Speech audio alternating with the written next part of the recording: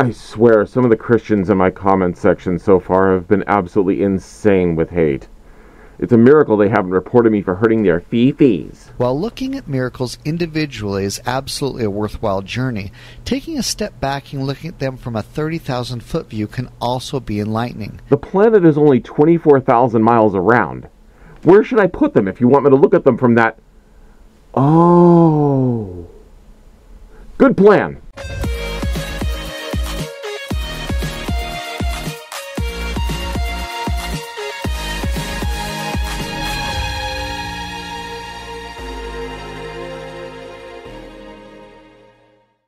So today, we're going to talk about the miracles of Jesus. And even though my computer crashed erasing the work I did the first time I started this script, I'm going forward to talking about it anyway.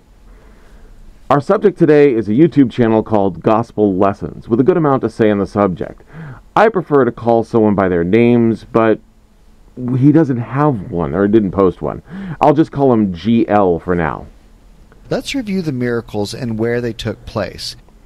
The Bible claims Jesus performed a ton of miracles. Most of them were miracles of healing, with very few others in comparison. GL lists them all, with only non-healing ones being walking on water, turning water into wine, feeding the 5,000, catching fish, calming a storm, withering a fig tree, and putting money in a fish's mouth. I'm including the casting out of demons as healing, since psychosis is an ailment, and coming from an atheist, that's mental healing. Out of all of the miracles of Jesus, only 2 were performed in the city of Jerusalem. Both of these were healing miracles, healing the man born blind and healing the man that was an invalid for almost 40 years. GL had something to say about as the reason for this as well. There is no doubt that the lack of miracles in Jerusalem are as a result of the lack of faith that was there. So the question now is, why would a man like God only perform 2 miracles in Jerusalem if that was such a prominent part in his life? Miracles require faith. Now, I'm not exactly sure why the physical embodiment of God himself would require someone to have faith in order to perform a miracle, since God can pretty much do whatever he wants. Healing by faith is something televangelists do all the time, at least back in the 80s and 90s, and they were thought of as a scam then. But I want to get more critical and really talk about where the story of Jesus' miracles actually came from. I have a secret to tell you all.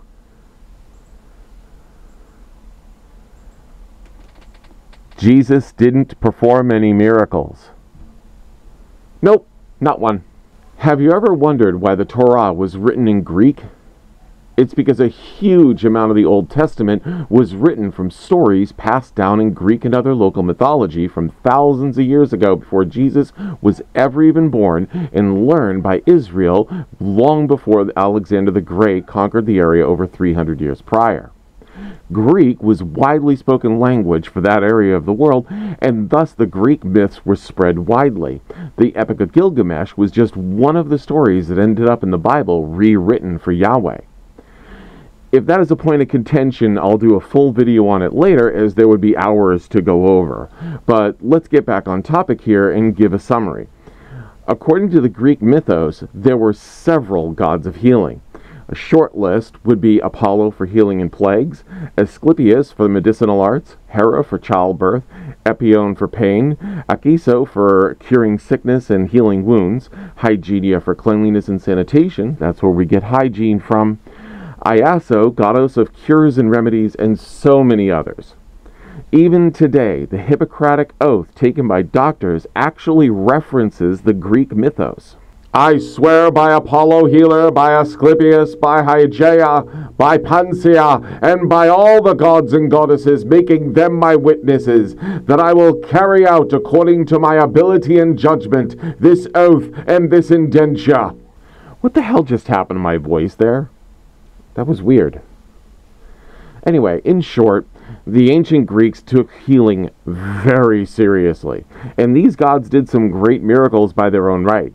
Asclepius brought back people from the dead and healed incredible diseases. Panacea is acclaimed to have cured otherwise incurable diseases, as well as many others. So the stories of Jesus doing it isn't really that fantastical of a feat for a supposed deity to pull off.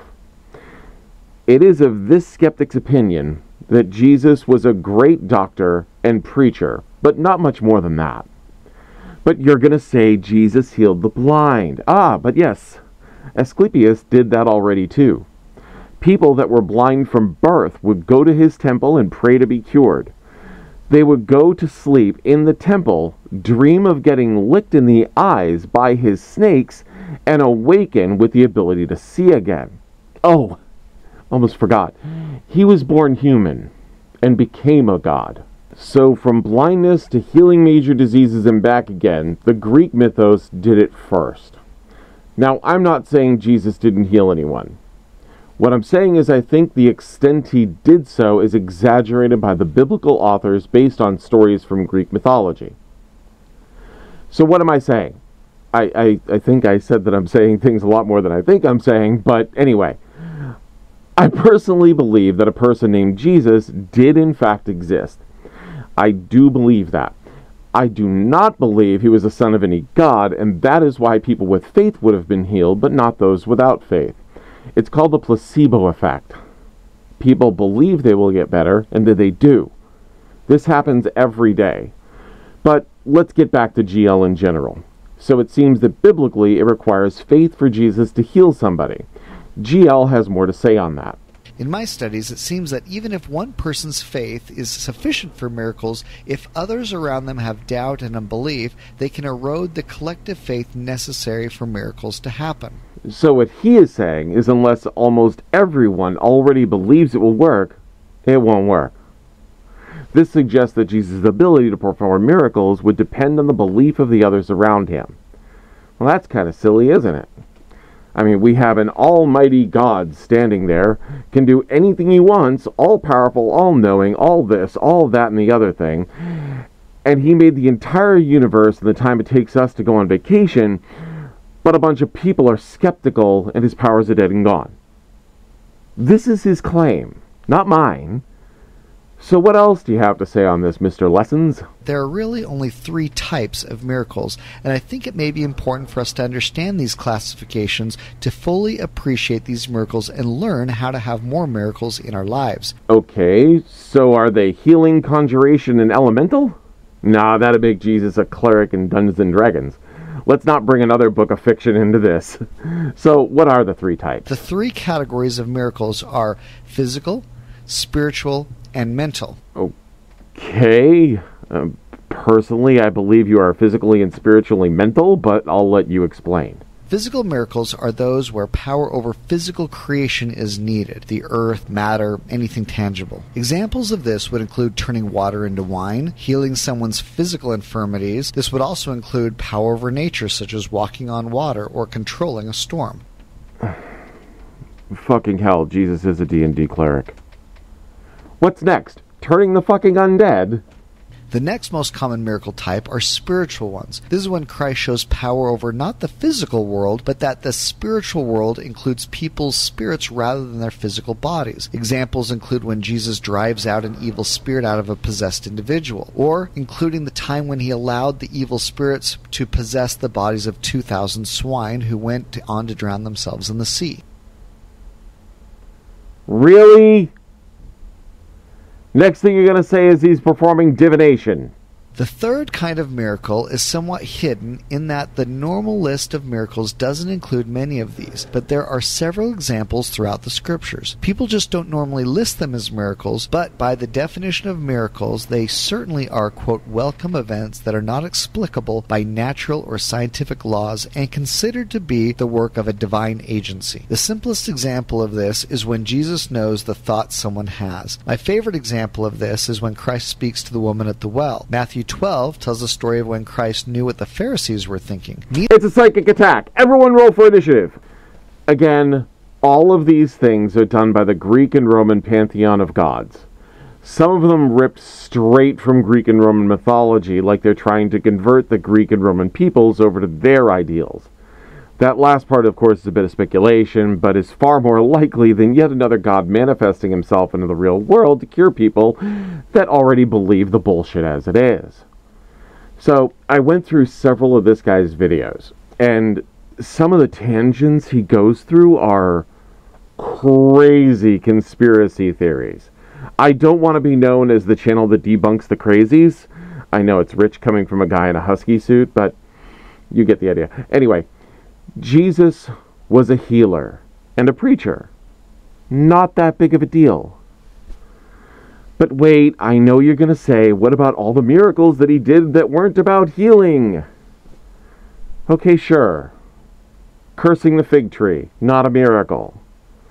Jesus went to see the tree in April, saw the tree didn't have any quash on it, knew it wouldn't have any figs that year, said he cursed it not to bear fruit.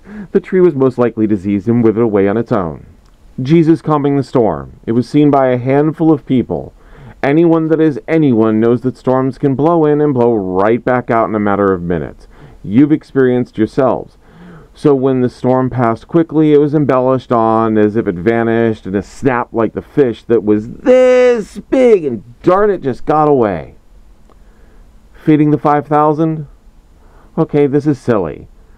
Jesus went into a small village, healed their sick like any good doctor would, and had his disciples ration food for the small community.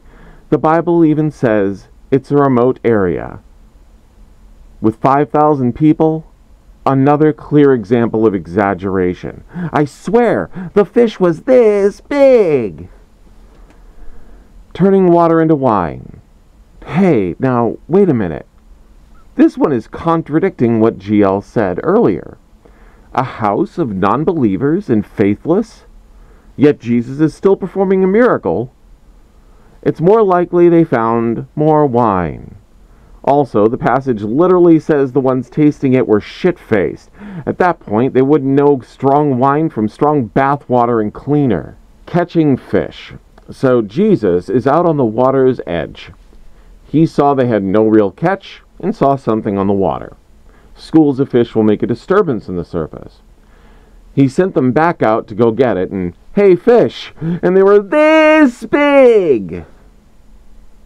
Not a miracle, like any good doctor, just observational while the fishermen were busy. And there are two tellings of this story that GL says are two different stories. Bud, it's the same story told differently, unless he's going to start teaching that Jesus rose from the dead 4 times. The last one is walking on water. Now, was that Jesus' story or Orion, son of the sea god Poseidon? Yes, another story from ancient Greek mythology. Both of them walked on water. Speaking of which, why didn't Jesus sink when Peter started sinking? Since, according to GL, miracles are prevented by skepticism. Not surprising anymore from a people descendant from Greek-controlled lands taken over by Roman conquerors. In the end, the Bible claims that Jesus performed all these things personally, but they are doing this in lands that are overwhelmingly controlled by the Romans at the time. This is actually a problem for the New Testament as a whole. The Romans were meticulous record keepers. They noted everything for future events. And there were Roman representatives in pretty much every city, mainly to keep the peace and prevent uprisings. So there was always a Roman outpost somewhere in town. Anything of importance was sent on a report to the regional equivalent to a governor. Rather than getting into the Roman hierarchy, just as an example of how detailed they kept records, we have knowledge even today of just about everything Julius Caesar did in Cisalpine Gaul and in town itself. Conversations he had in great detail, down to the details of what he had for dinner on occasion. Some guy preaching around a local populace, performing miracles, making things appear, and walking on water, healing leprosy and invalids all over town. Word would have gotten to the Romans and been a part of many a number of records. Even if there were no Romans present, they would have seen and experienced the after effect of this. The people left behind that were healed, the amount of fish suddenly appearing, blind persons walking around again and seeing, over 30 miracles, all happening with who knows how many people healed by touching his robe that one time. Even the Roman that had their servant healed, not one single miracle or story of a miracle was ever recorded by the Romans, written about, or so much as mentioned as a footnote. Anything. Any side note that would have been written in Roman or Greek texts would have given validity as an independent source. All we have are letters written to the Roman Empire that were added to the Bible because they were written by one of his apostles. Nothing about responses to it. Just Paul writing to them. Oh, and where was he writing those letters from? Greece. Paul was there in safety. Even the crucifixion of Jesus himself has only one record by one historian, Tacitus. And it's written years after the crucifixion, mentioning the followers of Christ as abominations, and that the followers of him were responsible for setting fires in Judea and Rome in protest. So the passage says nothing about Jesus himself or anything that he did. Instead, it references the things his followers did, condemning them as evil acts of violence, and this is why they were tortured and had painful deaths. Maybe Frank Turek should have paid attention to that part of his story. See my video on the resurrection of Jesus to learn more there. In closing, the only reports we have of Jesus' miracles are the ones in the Bible, and no one, not a single outside source, that they actually happened, while the only source of Jesus' actual existence was from a guy that was persecuting his followers. This isn't proof Jesus isn't the Son of God, but it is evidence he ain't. This is why I think Jesus was a real person, a doctor, a preacher, and his efforts highly embellished upon based on old Greek stories as a reason to justify the violent acts his ancient followers committed in the years following his crucifixion. But not the son of any deity, just a charismatic healer. I am Corsi, and this is The Fluffy Atheist. If you like the video, thumbs up. If you don't, thumbs down. Either way, share it with friends if you want to share a funny video, or you want to point and laugh. I'm good either way.